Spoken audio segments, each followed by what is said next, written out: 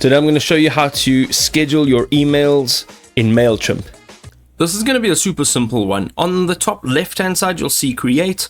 You can go ahead, click on create, click on email and choose your email. Now we've got regular email, we've got an automation, a landing page, and up at the top left we've got the regular email, plain text, and we've got a template.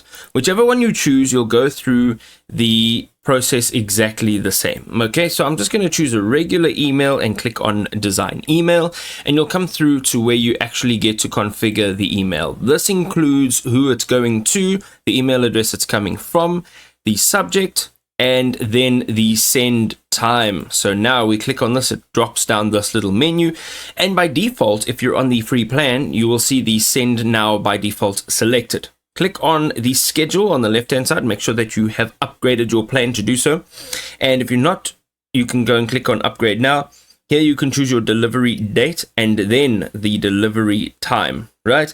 And your options here are to send the email when recipients are most likely to open, and then the other option, which is completely customizable, to send at a very specific time, like 1 o'clock or 5 o'clock or 8 o'clock. Once you're done, click on save, do the rest of your email, and on the top right you're going to click on send, and you've now scheduled your email.